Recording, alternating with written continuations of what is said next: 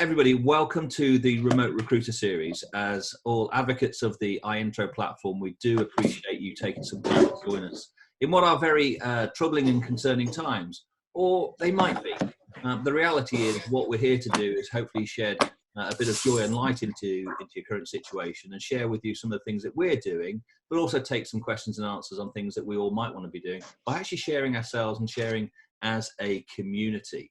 So really sharing the information is so that we can all actually participate, all actually benefit from some of the positive things that we're doing, because really we are looking forward rather than backwards. What's happened has happened, what is happening, and we can't change that. It's our job now to actually see what we can do going forward. But today, we're going to have a conversation. It's going to primarily just start it off with myself and Paul Hickey. Paul Hickey you can see on screen. So Paul Hickey is the co-founder of iIntro, for those of you who haven't met Paul, along with Plamen Ivanov, who's also joined the call. So hello, Plamen. But Paul is also here today, not just in his capacity of being co-founder of iIntro, but actually more importantly and more pertinent to this conversation, he's here in his capacity as the managing director of Grass Greener Group, which is his executive search firm, which he's operated now for the last 13 years. Welcome, Paul. Hiya there, James. Yeah, we can see we've got a good crowd on today, Paul, so I'm really pleased with that. So I say thank you very much, everybody, for joining us. Paul, I think I want to start off with, because we put this in some of the promo things, that we've actually started a series called Sir Paul. So we bow to you, Paul. So Sir Paul is a series that we put on a blog and a video, diary, if you like, of your time as the self-isolating recruiter. So Paul, what made you come up with that idea? Well, firstly, I mean, it's obviously it's a new thing to all of us, obviously being in self-isolation. It's something that we saw coming, obviously, after China and Italy. So we, as a recruitment business and with the team at iIntro, going back around 10 days or so now, we run a trial day working from home, just to make sure that everybody could get online and get access to files, and everything could just come in together and work, basically. Sorry, Paul, to put across there, I think it was quite prescient at the time, the fact that you were a little bit ahead in terms of the thinking, because you did that trial day. So that sort of gave everybody the time to sort of adapt to make sure they had the systems and processes and could access all the files. So it's quite prescient. And it worked really. I mean, just small things like some people had previous Skype addresses or didn't know their emails. By the way, Skype was obviously the medium of choice, just because it's so good from an instant messaging point of view. You've got it on your phones, your iPads, your laptops, and of course you can do multi-screen video calls. It's free, so it's been actually quite a godsend, really. I think Skype, it's been really useful for us. But coming back to it, one of the young ladies in our marketing team suggested that it might be worth documenting it, and being on camera is not something that I'm really that comfortable with, so it's taken me a little bit of getting used to. You've got a great face for radio, Paul. You've told me that before, James. Yeah, yeah, but not to so many people. Paul, can I ask one question there? Just when you're saying you use Skype, because I know that some people in the office said, "Why don't we use WhatsApp?" So, what was the choice? Why did you use Skype over WhatsApp? And I know you're probably using WhatsApp. Well, just because everybody's got it on their laptops, and you can share business-related files really, really easily. I think just by nature, WhatsApp is quite a social thing, as we see, and especially us Brits, we've got quite a sense of humour when it comes to these things. So it's used more for social gatherings, I think, at this moment in time. But Skype is for me a little bit more professional. And as everybody from our business who's on this call knows, at 9 o'clock every morning we have a quick, what I call a round robin. So we just have sort of 20 minutes with everybody. Everybody comes in, we can see everybody, and it's not just work related. Obviously, when everybody's at home, they lose that social interaction to a degree. So it's been really important for us to keep that going, I'd say. Yeah, I think that social interaction has been one of again, it's just because what we're going to talk about is remote working, and how do we sort of engage with people, because although some of the businesses we work with are used to working alone, others are actually used to being part of a larger office, and that social interaction is really, really important for people, because we spend a lot of our lives at work. So missing out on that isolation that's enforced on us at this moment in time, I think it's quite important to actually get the visual as well as just the lots of emails and WhatsApp messages, isn't it? Oh, it's difficult. I mean, I've worked all my life from an office environment, and I walk in every morning and say hello to 10 or 15 people, and we're not doing that now. It's just me and my wife and my dog. That's here for us. So it's important for me as well, being a social being. And I think a lot of people who are in the recruitment space, I think you've got to have that. You know, when we talk about McQuaig and we talk about specialists and generalists, most people that I've come across in the recruitment world, especially recruitment business owners, were in that generalist category, which is typically high dominance, it's sociability, it's drive, and it's independence. So all of a sudden, you know, you get locked up in the confines of your own home, and it's pretty difficult. So yeah, for me, it's vital that we get on that call in the morning, and even if it's just a chat about Netflix or something else, you know, on the social side, that's really useful. Never mind the business objectives that we're discussing. And what was the reason around actually getting that call right at the start of the day, 9 o'clock? Any thoughts as to why you did it at 9 o'clock? Well, just to replace that element of walking into an office and saying good morning to everybody, making a coffee, just touching on the soccer results from last night or whatever it may be, that kind of thing. I guess soccer results. I think well, there were no soccer yet, not at this moment in time, but perhaps last night's address by Boris Johnson or Donald Trump or something like that. I think, isn't it also important to actually think about the self-discipline, because working from home, and we might hold a lot of discussion around this for another time, but working from home, there's that, you know, you've got to have a degree of self-discipline, and part of the reason around the 9 a.m. meet is that, you know, consistency with going to the work environment, but also letting people know that, hey, we're still at work. Okay, about the amount of work that may or may not be there at this moment in time. But part of it is also to make sure that people realise that, you know, I'm still at work and I've actually got to be disciplined. It's not about lying in bed, you know, to 10:30 in the morning or whatever time it might want to be, because we've still got work to do. And we're going to talk about lots about that over the coming weeks. Oh, that's true. So some of the things that we've asked for people to put in place, and they've kindly reciprocated by. I mean, most people will use Office 365, so everybody shares their diaries with each other, unless there's obviously anything that's private, which is blanked out. But that, I mean, obviously we're moving into times where things are obviously slowing down for everybody. So as a team, as a collective, then we've got obviously available resource, which is quite important. Sorry, James, can we mute other people out who are not just partaking in the conversation, because I can hear people moving around? It's bear with me 1 second, Paul. I'll do that. Okay. Bear with me, Paul. I think you can still hear me, can't you? Yeah. Just nod your head, Paul. I'm trying to find your. Oh, there you are. You're in alphabetical order. Right. Paul, right, you go. You can hear me, yeah?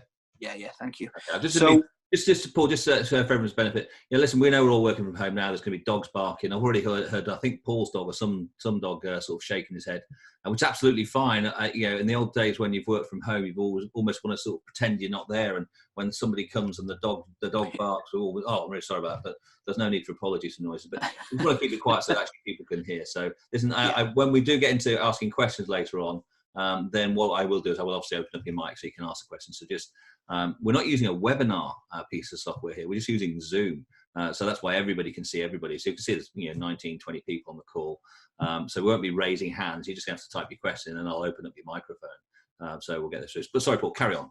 Yeah, no, so I was just saying that what we've asked of our team is to open up each other's diaries so we can all see kind of what's going on. We can offer help if somebody obviously has spare time. It helps them to keep organised and realise, and then hold their hand up and say, look, I'm available all day Thursday and Friday morning if anybody needs some assistance with something that they're working on.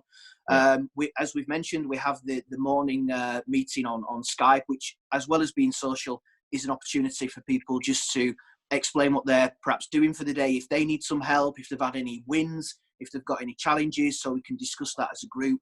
And then what everybody is very kindly done, really without asking, is to put at the end of the day around 5:30, people are just putting in a small paragraph in Skype, in the Skype chat, just so everybody can see, just saying, I've achieved this, I've done that, these are my plans for tomorrow. So that's working really well, and credit to our team. They've I suppose it is easy for people to have a lie in or just hide, and people are not doing it. They're really stepping up and really making an effort. So really proud of people for that. So what's the team dynamic been like, Paul? Well, different. I mean, difficult to measure. But again, going back to the Skype element, I'm making sure that I'm speaking with people 2 or 3 times a day, just at random. Everybody seems to be pulling their weight, going above and beyond, and turning their hands to different tasks. I mean, typically a recruitment consultant is out there driving new business or delivering on multiple projects at once. And of course, for us in Grass Greener, we have a number of managed service contracts which we are continuing to work on, although the demand has dropped slightly. We've been finalising a number of retained searches and delivering shortlists. But of course, new business at this moment in time is obviously very, very seldom. So that's freeing up our time to do other initiatives such as this, such as the isolated recruiter videos that I've been putting out. And the recruiters within our business have been working really hard to cleanse their database. Actually, we're switching from one database to another at this moment in time, so that's good timing. And also, they are doing their very best to speak with as many of their candidates, old and new, as possible, because it's a great time to speak with them, spend some time with them.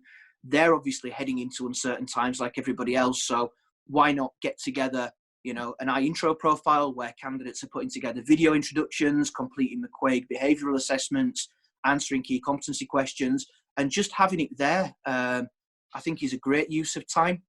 In fact, we had a new recruiter start with us a couple of weeks ago, a veteran of the recruitment industry, but not necessarily executive search nor working with iIntro. So it's been a great opportunity for him to get his head around the new market, which is the aggregates industry. So heavy machinery, things like big bulldozers, caterpillars, JCBs. So it's a great opportunity for him to learn more about how that industry works, both in terms of product, in terms of market, and obviously the people within it. So he's landed on his feet in terms of it being absolutely the perfect time. There's no expectations from him in terms of producing fees. A good time for him to sort of get his plans in place and look forward, which is going to come to a moment. But I just want to think, obviously, as a business owner yourself, of course, running a recruitment business, when people are remote working, and I've read some blogs and bits and pieces about this, and people saying, well, how do you measure people's activity? And that's a question for you. But before you answer that, I just want to say it was interesting because one of the things that somebody said, well, if you don't trust your people, don't get them to work from home. Now, this wasn't around this current situation, because now it's an enforced work from home, and most recruiters can work from home unless you're in a really large office where there's lots of fixed things. But and I think that's the truth. You've got to trust your people in reality to do the right thing. But what are your thoughts on that, and what are you putting in place yourself? And I think you mentioned, you talked about diary management, but is there anything else that you can help people with in terms of? Well, I could only echo your thoughts, James, in as much as the recruitment business that we run, we offer. We've always kind of said, to use an analogy, we give people enough rope to hang themselves. So we're not a company that put in strict KPIs. Obviously, we're in a results-driven business, so ultimately people are measured on the fees that they produce ultimately, if we're being quite crude about it. Yeah. So other than just asking people to raise their hand if they need assistance or if they have available time, and repositioning somebody, it's a difficult question to answer, because the world as we know it has changed in the last 2 weeks. So we can't measure anybody based on sort of activity in terms of arranging meetings, or activity in terms of sending invoices, as crude as that may seem.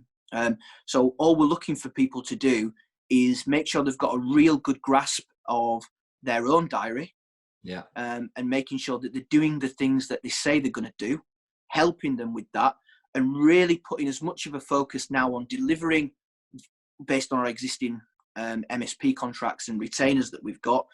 Now, as we move forward over the coming weeks, things will dry up on that front. There's no doubt about it. We've also just launched yesterday an initiative, a collective initiative in the recruitment company, to offer up to 10 businesses our recruitment services for free. So what we are trying to do there is basically lend a hand to companies that have really, really fallen on difficult times. So as I say in my video that's on LinkedIn, we're not looking for people to take advantage of our good nature. We want to help companies. I mean, just generally speaking, not just because of COVID-19, but there will have been companies that were just about to start recruiting a critical member of staff, let's say, for example, their sales director had just done their noticing, and they were having crisis talks already about how to find another sales director with the right experience, or an MD or an operations manager. So we've launched a video and accompanying email to all of our database to say, look, if we can help you, we'll help you for free, and we're still going to deliver to the same standards that we always do in terms of delivering our intro. And if we can help them, that's fantastic. And as my business partner Plamen, who most people will know, always says, if you can help enough other people get what they want, you can have everything you want, which I think he got from Zig Ziglar. Okay, he probably did. So again, one of the things I want to talk about a little bit at the moment is just how, what can we do to protect revenues, or what have you done? I mean, you just mentioned, you touched on there, the fact you're finishing off existing retained contracts where the clients still want to that, the MSP contracts. Yeah. What else is there that people can be doing or thoughts will be doing? Again, hopefully we'll get some people's comments on those later. Well, to protect revenues, it's to go and look after your existing clients and let them know that you're there for them. Is there anything else that we can be doing in the meantime? Can we reflect and can we look together at your existing recruitment process? Can we show you what our intro really achieves? Can we offer you some free McQuaigs, particularly on the job survey side? Maybe going to your customers and saying, look, what's the most difficult position you've ever had to recruit in your business? Can we offer you some free McQuaig job surveys so we can start to align internal expectations, so that when we come out of the other side, everybody's prepped and ready to go?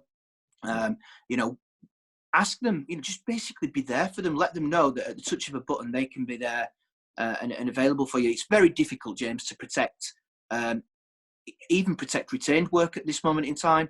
You've just got to be as forgiving as possible. Yeah. Work with them as closely as you can. Let them know that you're there for them, and start to prep up so that when you come back, you can hit the ground running. Because we've had a discussion this morning, and we believe that in by the end of April at least, we'll come out of this period of being worried and being scared about things and perhaps overreacting and being ultra cautious, to actually starting to see optimistic movements out there. Reduction in deaths, and obviously the spread leveling out and things like that. And at that point, the opportune people will start to think, oh, wow, now is our time to strike.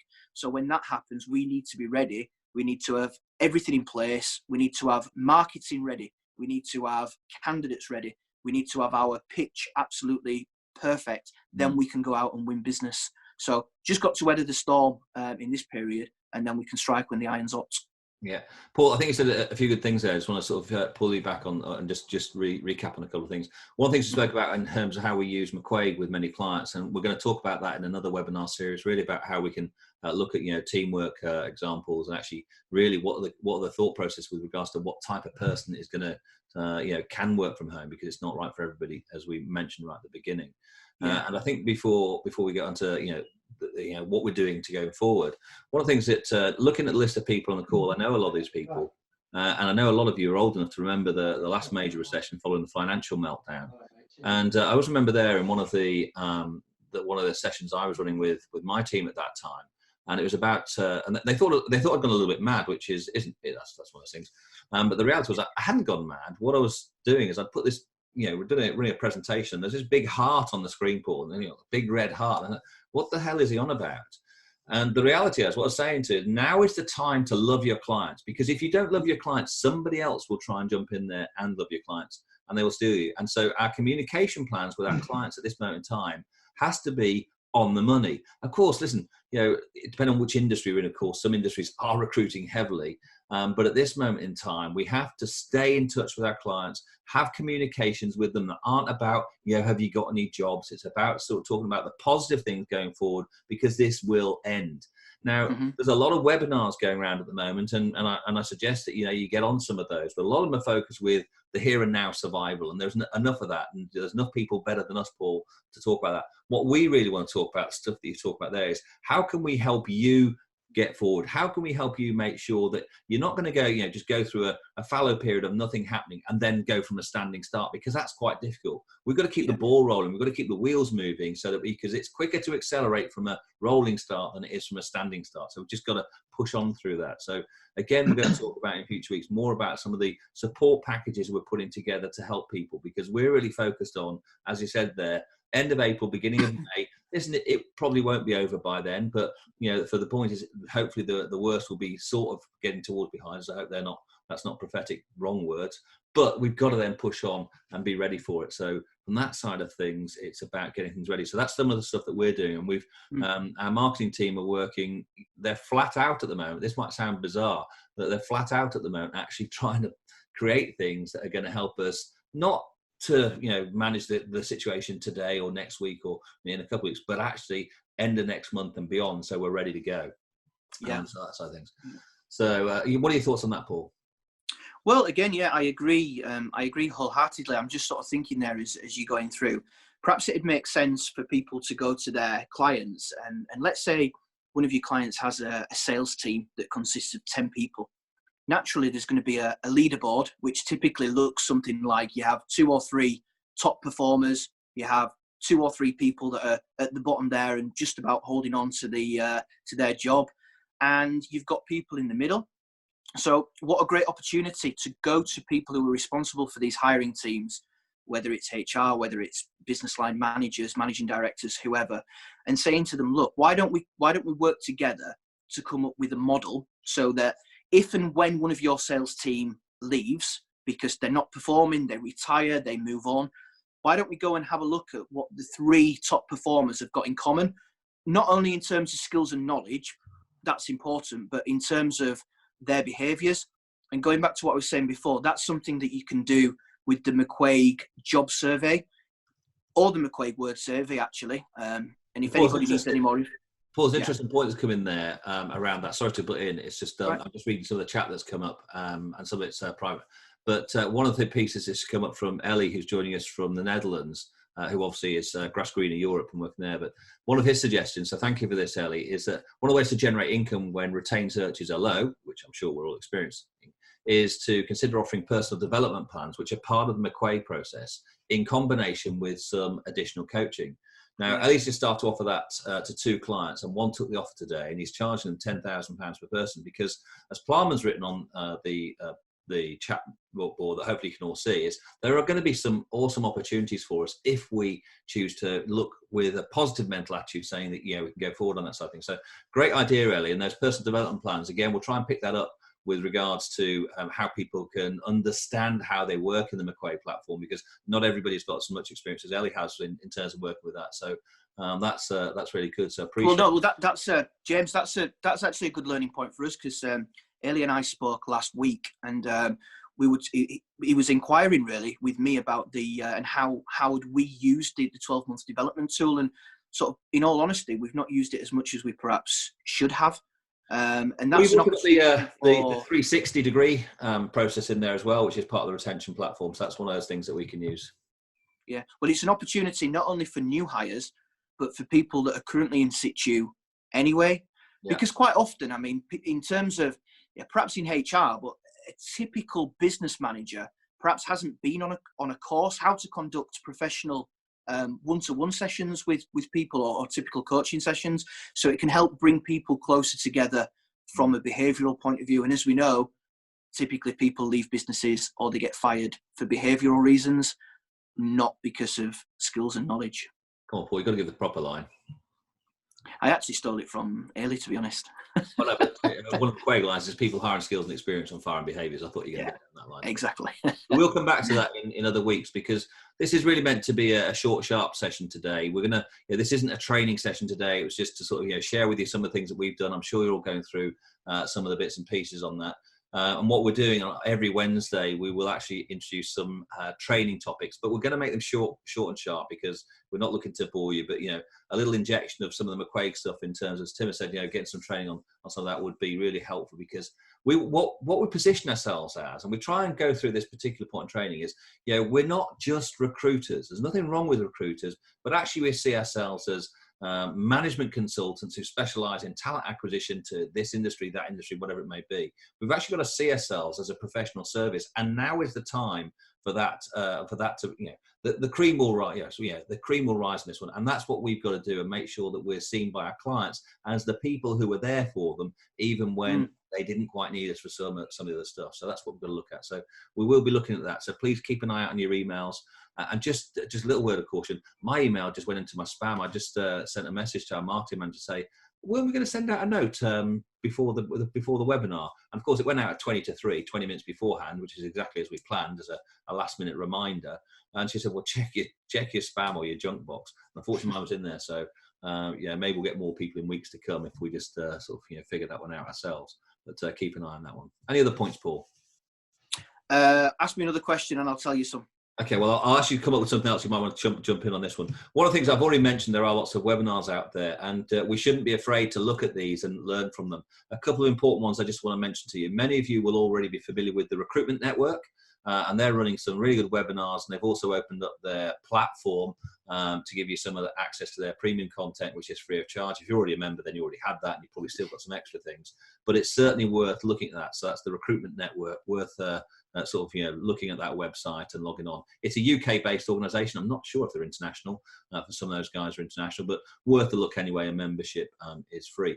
Then one of our favourites, an old stalwart of the recruitment industry, Lou Adler. He's got some great hints and tips, and one of the things we share with Lou Adler is actually looking about long-term retention. He's got a great platform for that, and some great thoughts and process. So I'd recommend you have a look at his website. He's also running a webinar tomorrow, I think, which is all about 10 best tips. And if I just show you, if you can see my screen still, then this is part of his radical 10-step plan. So I'm not going to go through this. We'll send this out to you, but just log on to his website, and his win-win hiring strategy is all about long-term placements. In terms of making sure that there's a measure for retention up to 12 months and having that plan between the employer and the candidate, which is very dear to our hearts as well. I'm sure you do that. So seeing some of those things that are on there, it's just one of the things. But so his webinar, look it up. It's on tomorrow, March the 26th, and it's probably about 10:30 UK time, so 11:30 Central, but I think it's 9:30 Pacific Daily Time, Tim, if you don't already know about it, but I know you know Luke as well. So the reality is that's worth looking at. But we're here to share ideas. It's not about us coming up and creating more, but what we want to do is make sure we bring it to you. So we will do that. So of course there will be a recording of this webinar today, but it's been a bit of a little talk. We're going to make them more training focused with some takeaways from each meeting. Hope there's been a few takeaways from Paul in terms of how he's managed his team in Grass Greener. But if there are any other questions, please pop them up on the screen, on the chat box, and we'll. I was just going to say, James, I was just as a final part on that is I've recorded a video actually earlier today, which will be going out at some point this week, and it's around incentivizing your team whilst working from home. So I opened it up to our guys this morning on Skype and said, has anybody got any suggestions? And there were some brilliant ones, like working 2 days a week instead of 5 and things like that, of course. But all sorts of things that we can perhaps implement next year just to show our teams how much we love them, how valuable they are, how much we care about them. And it can be small things like, things around employee of the month and things like that. And maybe some Amazon vouchers or offering for them and their partner to go out for a meal, and perhaps some larger treats as well, perhaps like weekends away and things like that. I think now really is the time to get your arm around your team, show them how much you care, and have incentives that appeal to everybody as well, because for some people it's a pat on the back, for some people it's some cash in the bank, for some people it's a bottle of champagne, for some people it's a trip away. So obviously people react in different ways, so make sure that you've got something for everybody, and it's mutually beneficial. And of course it's not just for free, it should always be a trade. There should always be something in return, and perhaps that's just putting the extra mile in at this moment in time, when it's difficult, and then when things are good, we can all share in the success together. Indeed. And one of the things, if you, again, I'm just thinking of spam, is our marketing team sent out a really good piece of information this week on Monday. It talked about things in terms of how to manage a team using a Scrum template.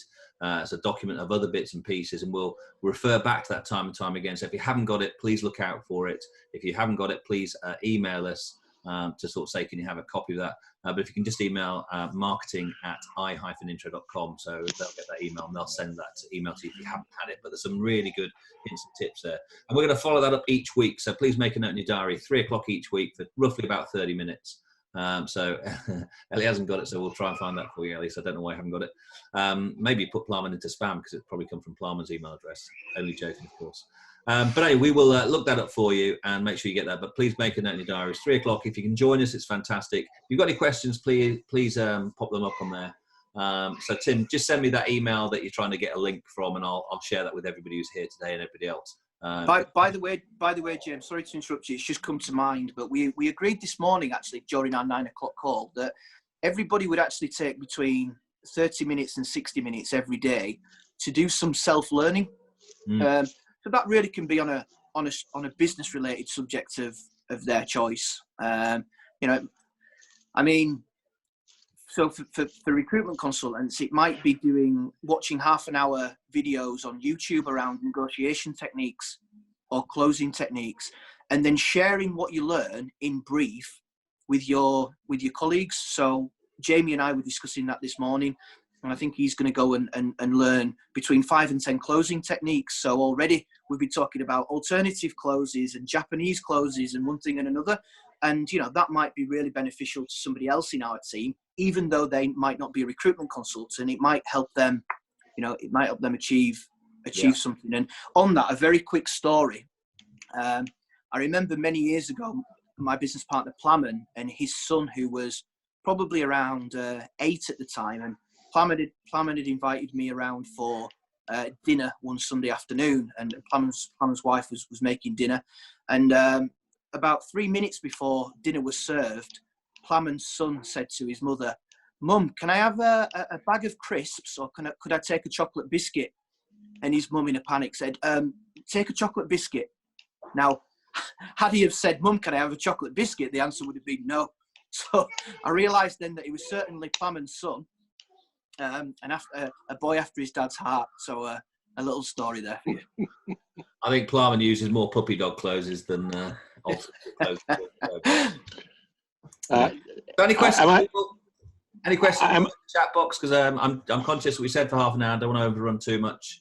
Although happy to if people have got questions. But if not, we really do appreciate you joining us. We know it's difficult times. We hope you'll join us again next week if you can. If you can't, look out for the recording and request that. And equally join us every week for the next few weeks whilst we see what's happening. So what I want to say from myself, Paul, and all the team at iIntro is, listen, stay safe, stay indoors, because the sooner we follow all the rules and regulations, the sooner hopefully we'll all get out of this. So thank you very much. James?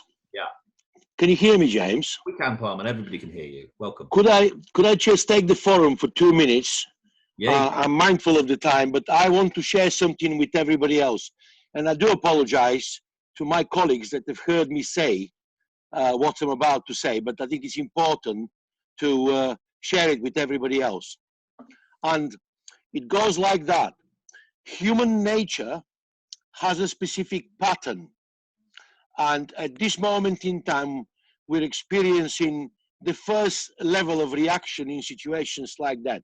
This is the flight response driven by fear. So in situations like that, people are likely to overreact, to take precaution measures to ensure that they will be okay. And this typically results in panic, overbuying, sacking staff, stopping jobs, and basically freezing the situation to status quo. Now, we live in a terrible time where, without underestimating the seriousness of this disease, we will face the next level. And the next level of human psychology is that people will adjust to their new reality, i.e. the new level. And as soon as this happens, this will typically result in very cautious approaches to what we are doing at this moment in time and how we can fill our time. But subsequent to that, there is the next phase, which is extremely important, And all of us, and I repeat this one, all of us that want to actually come out of it successfully, not just to survive, but to come out of it successfully, need to pay attention to. And this is the third level of human behavior in these situations, where people having settled for the new level of reality will start looking for opportunities and what needs to happen next.